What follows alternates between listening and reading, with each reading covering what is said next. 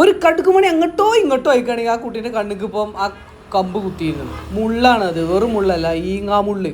വണ്ടിക്ക് ഭയങ്കര ബുദ്ധിമുട്ട് റോട്ടുമ്മ കൂടെ പോകാൻ. അത് നമ്മളെ എയർപോർട്ട് റോട്ടുമ്മൽ കഴിഞ്ഞ രാത്രി മഴക്ക് മരം വീണതാണ്.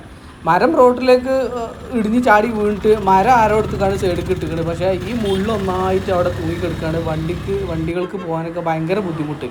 അപ്പം സത്യത്തിൽ നമ്മൾ മുമ്പേ പരാതി കൊടുത്തിരുന്നു, ഒരു മരം അവിടെ വീകാനായിക്കണെന്ന് അറിയിക്കാണ്ട്. പക്ഷേ ആരും അതിനൊരു ഉത്തരവാദിത്വം ഏറ്റെടുത്തില്ല, മുറിച്ചതുമില്ല. ഈ ഒരു മരമാണ്, അത് മറിഞ്ഞു വീണപ്പോൾ അത് ആരോ എടുത്തുകൊണ്ട് റോഡിൻ്റെ സൈഡിൽ ഇങ്ങനെ വല്ലാണ്ട് വെച്ചിരിക്കണം. റോഡ് ബ്ലോക്കായപ്പോൾ ബാക്കിയുള്ള ഈ കാണുന്നത് മുള്ളുകൾ മൊത്തം അവിടെയാണ് വെച്ചിരിക്കുകയാണ്. അതാരും ക്ലീൻ ചെയ്തിട്ടില്ല. നമ്മൾ പിന്നെ കുറേ ആൾക്കാരെ വിളിച്ചു നോക്കി ക്ലീൻ ചെയ്യാൻ വേണ്ടിയിട്ട്, ആരും വരുന്നില്ല. കാരണം എല്ലാവർക്കും പേടിയാണ്. കാരണം മുള്ളാണ്. ആ മുള്ള് എന്ന് പറയുന്നത് ഈങ്ങാമുള്ളാണ്. നിങ്ങളുടെ നാട്ടിൽ ഈ മുള്ളിന് എന്താ പറയാമെന്ന് നമുക്കറിയില്ല കേട്ടോ, നിങ്ങൾ പേര് പറയാം. അപ്പോൾ ഇത് മുള്ള് മേത്ത് കുത്തിയിട്ടുണ്ടെങ്കിൽ പിന്നെ പല ആളുകൾക്കും അലർജി കാര്യങ്ങളൊക്കെ ഉണ്ടാവും. പിന്നെ ഇത് സിമ്പിളും അല്ല, ഇത് കട്ട് ചെയ്ത് ഒഴിവാക്കണം എന്നുണ്ടെങ്കിൽ ഇതിങ്ങനെ വള്ളി പോലെ ചുറ്റി നിൽക്കുന്ന ഒരു മുള്ളാണ്. നല്ല വേദന ഉണ്ടാവും, നല്ല ഇടങ്ങേറുമാണ്, അത് കുറച്ച് പണിയാണ്. അപ്പോൾ വിളിച്ചിട്ട് ആരും കിട്ടിയില്ല. എല്ലാവരും ഓരോ കാരണം പറഞ്ഞ് മുങ്ങിയപ്പോൾ പിന്നെ ഞാൻ തന്നെ ഒറ്റയ്ക്ക്. കുറേ ആൾക്കാർക്ക് ഭയങ്കര ബുദ്ധിമുട്ടുണ്ട് റോട്ടുമ്പോൾ കൂടി ഇങ്ങനെ പോകാനേ.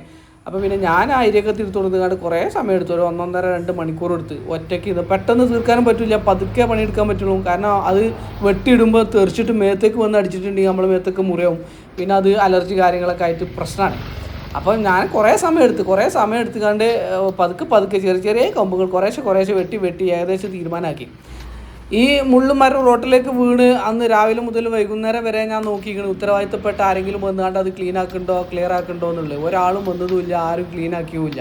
ആരും വരാതായപ്പോൾ പിന്നെ നമ്മളാണ്ട് ഇറങ്ങിയതാണ്. കാരണം ഭയങ്കര ബുദ്ധിമുട്ടുണ്ട്. റോട്ടിലൂടെ വണ്ടി അവിടെ കൺജസ്റ്റഡ് ആകുന്ന സമയത്ത് ബൈക്കുകാർക്കും ഓട്ടോക്കാർക്കൊക്കെ പോകാൻ ഭയങ്കര ബുദ്ധിമുട്ടുണ്ട്. അതുകൊണ്ട് നമ്മൾ തന്നെ ഇറങ്ങി. അങ്ങനെ 2 മണിക്കൂറത്തെ വെട്ടലിന് ശേഷം, കഷ്ടപ്പാടിന് ശേഷം കിട്ടിയ റിസൾട്ട് നോക്കി. എങ്ങനെയുണ്ട്? അടിപൊളിയല്ലേ? ഇത് കൈമേൽ മാത്രമല്ല, കാലുമേലും തുടമേലൊക്കെ ഇഷ്ടം പോലെ വേറെ ഉണ്ട്. പറഞ്ഞിട്ട് കാര്യമില്ല, വേറെ വഴി തങ്ങൂല. അതൊക്കെ അതിൻ്റെ ഒരു ഭാഗമാണ്. കാരണം ഇത് ഇങ്ങോട്ട് നോക്കി എത്രയും കട്ടിയുള്ള മുള്ളുകളാണ്. ഈ മുള്ളുകൾ മൊത്തത്തിൽ ഇങ്ങനെ വെട്ടിയിടാൻ പറയുമ്പോൾ മേത്തേക്ക് ഇങ്ങനെ തെറിച്ചും. അവസാന സമയമായപ്പോൾ ആ നടന്നു വരുന്ന കാക്കയും കൂടി വന്ന്, ആ കാക്ക കുറച്ച് ഹെൽപ്പ് ചെയ്ത് പിന്നെ നമ്മൾ അവസാനം വെട്ടി കഴിഞ്ഞിട്ടൊക്കെ വലിച്ചിടാൻ വേണ്ടിയിട്ട് ആ കാക്ക ഹെൽപ്പ് ചെയ്ത്. ആ കാക്കാൻ്റെ ഒരു ഹെൽപ്പും കിട്ടി. കാരണം മുള്ളു നോക്കിയാണെങ്കിൽ നല്ല കട്ടിയാണ്. അത് വെട്ടുമ്പോൾ ഇങ്ങനെ തെറിച്ച് കാൽമക്കും കൈമക്കും തുടമലൊക്കെ നല്ല മുള്ളുത്തിക്കണ്. അവസാനം ഫൈനൽ ഇത് ഇങ്ങനായി.